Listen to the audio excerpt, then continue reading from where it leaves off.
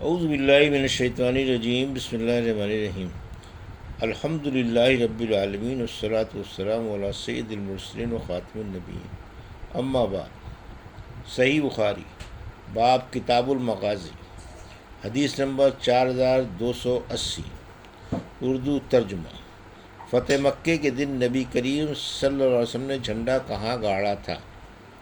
ہم سے عبید بن اسماعیل نے بیان کیا، کہا ہم سے ابو اسامہ نے بیان کیا، ان سے حشام بن عروہ نے، ان سے ان کے والد نے بیان کیا کہ جب رسول اللہ صلی اللہ علیہ وسلم فتح مکے کے لیے روانہ ہوئے تو قریش کو اس کی خبر مل گئی تھی۔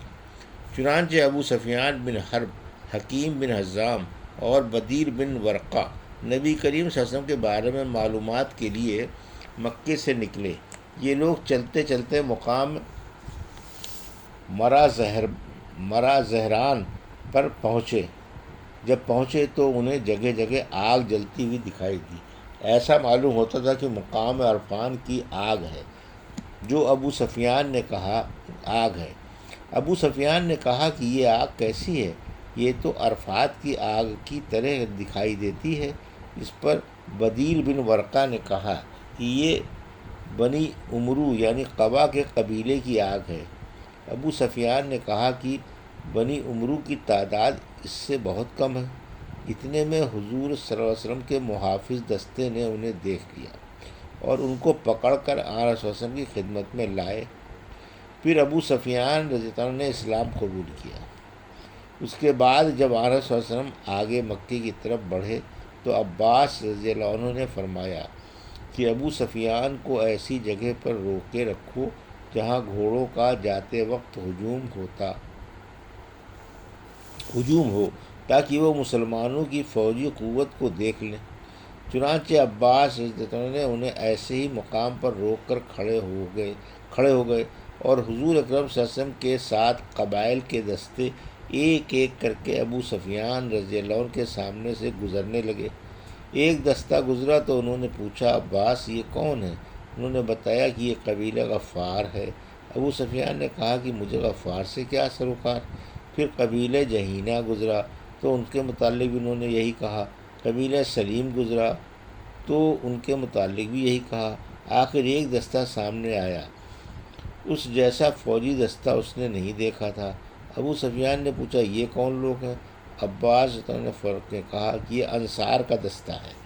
سعد بن عبادہ رضی اللہ عنہ نے کہا، ابو سفیان آج کا دن قتل عام کا ہے، آج کعبے میں بھی لڑنا درست کر دیا گیا ہے۔ ابو سفیان اس پر بولے، اے عباس، قریش کی ہلاکت و بربادی کا دن اچھا آ لگا ہے۔ پھر ایک اور دستہ آیا، یہ سب سے چھوٹا دستہ تھا۔ اس میں رسول اللہ صلی اللہ علیہ وسلم اور آپ کے صحابہ تھے۔ آن رسول اللہ علیہ وسلم کا علم زبیر بن عوام اٹھائے ہوئے تھے۔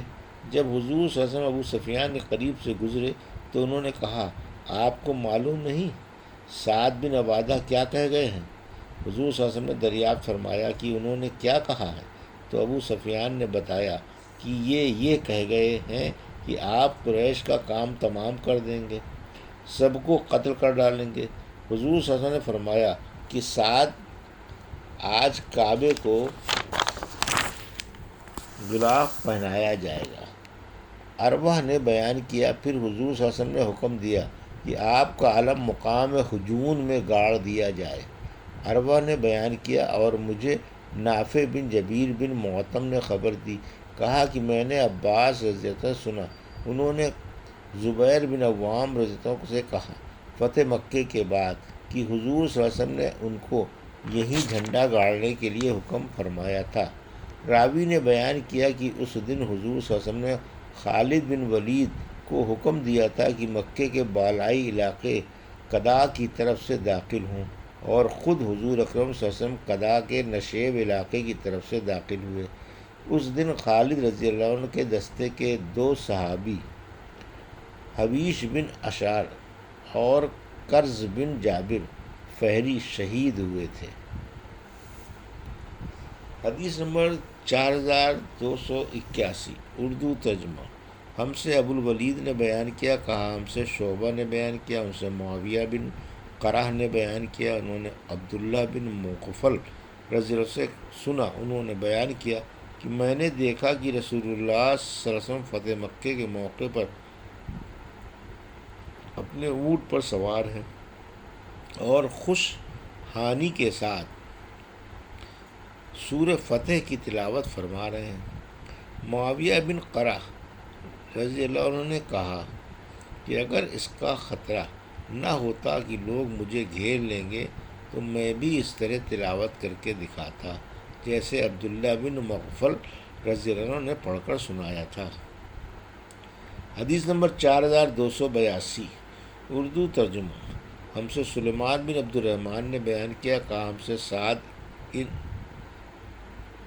بن یحییٰ نے بیان کیا، کہا ہم سے محمد بن ابی حفصہ نے بیان کیا، کہا ان سے زہری نے، ان سے زید العابدین علی بن حسین نے، ان سے عمر بن عثمان نے اور ان سے اسامہ بن زید رضی اللہ عنہ نے بیان کیا کہ فتح مکے کے سفر میں انہوں نے رسول اللہ صلی اللہ علیہ وسلم سے پوچھا، یا رسول اللہ، کل مکے میں آپ کہاں قیام فرمائیں گے؟ آن رسول اللہ صلی اللہ علیہ وسلم نے فرمایا، ہمارے لیے عقیل نے کوئی گھر ہی کہاں چھوڑا۔ حدیث نمبر 4283، اردو ترجمہ۔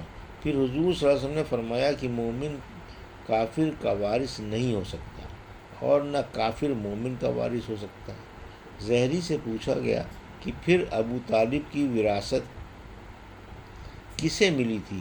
انہوں نے بتایا کہ ان کے وارث عقیل اور طالب ہوئے تھے۔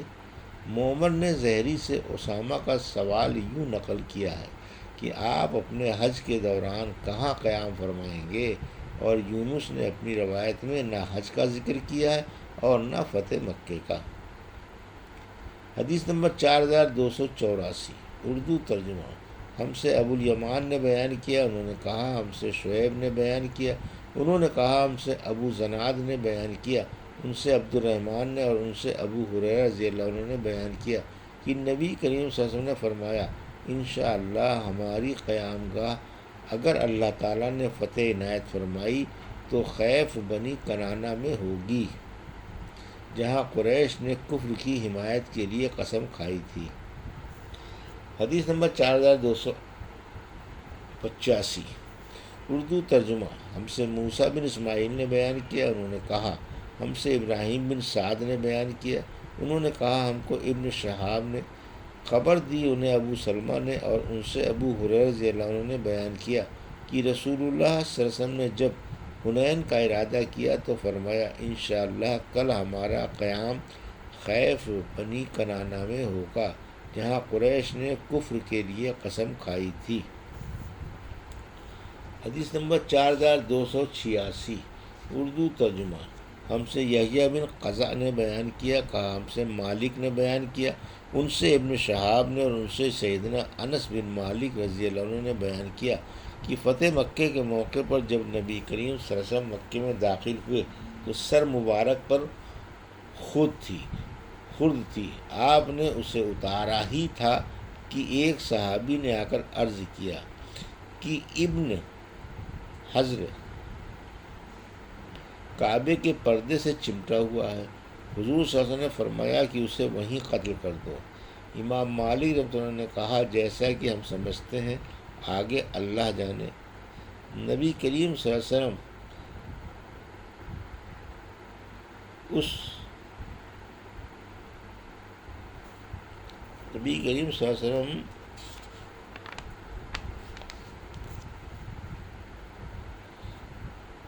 اس دن احرام باندھے ہوئے نہیں تھے۔